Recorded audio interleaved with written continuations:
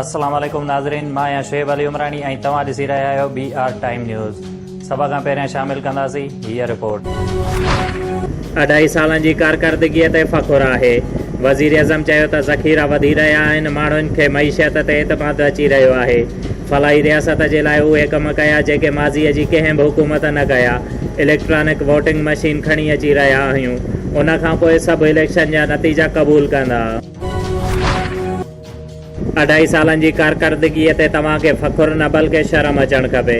नून league जी तर्जुमान मरियम औरंगज़ेब जो इमरान खान जे बयान ते रद्द अमल। हुन चयो त 2.5 सालनि में महांगाई 3% खां वधाए 16% करे छॾी। अटो 35 रुपयनि खां वधाए 100 रुपया ऐं खंडु 52 रुपयनि मां 120 रुपए ते। तव्हांखे फ़ख़ुरु न पर शर्म अचणु खपे।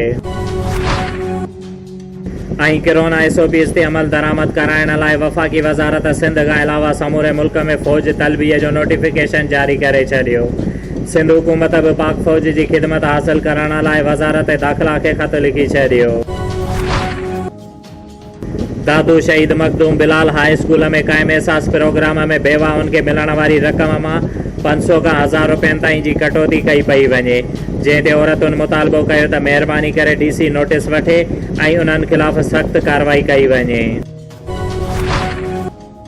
काज़ी अहमद रोड पक्का वाटर लॻ तेज़ रफ़्तार कार कल्टी थी पई, जंहिं जे नतीजे में कार सवार शख़्स मौक़े ते फ़ौत, जंहिं जे कार्ड मिलण ते सुञाणप दोदो ख़ान ज़रदारीअ जे नाले कई वई।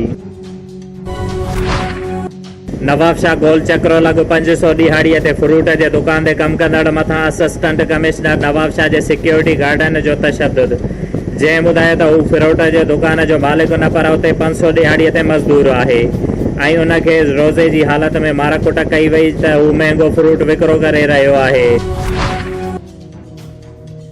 मोरोवे जो कांदरा कॉलोनीअ में ज़मीन जे मामले तां कलोड़ा बिरादरीअ जे 2 धुरियुनि में झेड़ो थी पियो, जंहिं में लठियुनि कुहाड़ियुनि कोडरुनि सिरुनि जो वसकारो, जंहिं सबबि हिक ई धुर जा 7 ॼणा ज़ख़्मी थी पिया, जिन खे तहलका अस्पताल मोरो आंदो वियो। ज़ख़्मियुनि में एडवोकेट बाबर अली कलोड़ो, तौफ़ीक़ कलोड़ो, बदरदीन कलोड़ो, खान मोहम्मद कलोड़ो, लाल खान कलोड़ो ऐं ॿिया शामिल, जॾहिं त अहिड़े झेड़े जी NC कोराई थाणे ते दाख़िल कई वई आहे, पर हिन महिल ताईं को बि जवाबदार गिरफ़्तार न थी सघियो आहे, जंहिं ते उन्हनि वसवारनि खां अपील कई आहे त जवाबदारनि खे जल्द गिरफ़्तार करे इंसाफ़ फ़राहम कयो वञे।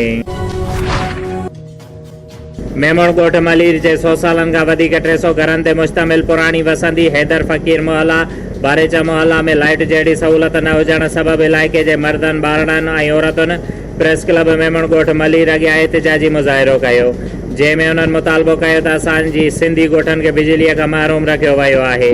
असीं बिलावल भुट्टो ज़रदारी फरियाल टालपुर इलाइक़े जे MPA ख़ुसूसी कराचीअ में सिंधियुनि लाइ आवाज़ उथारींदड़ मुश्ताक सरकी ऐं महर भाई साहब खे अर्ज़ु करियूं था त फौरी तौर असांखे बिजली लॻाइण में मदद कई वञे, ॿी सूरत में असां प्रेस क्लब अॻियां पाण साड़ींदासीं।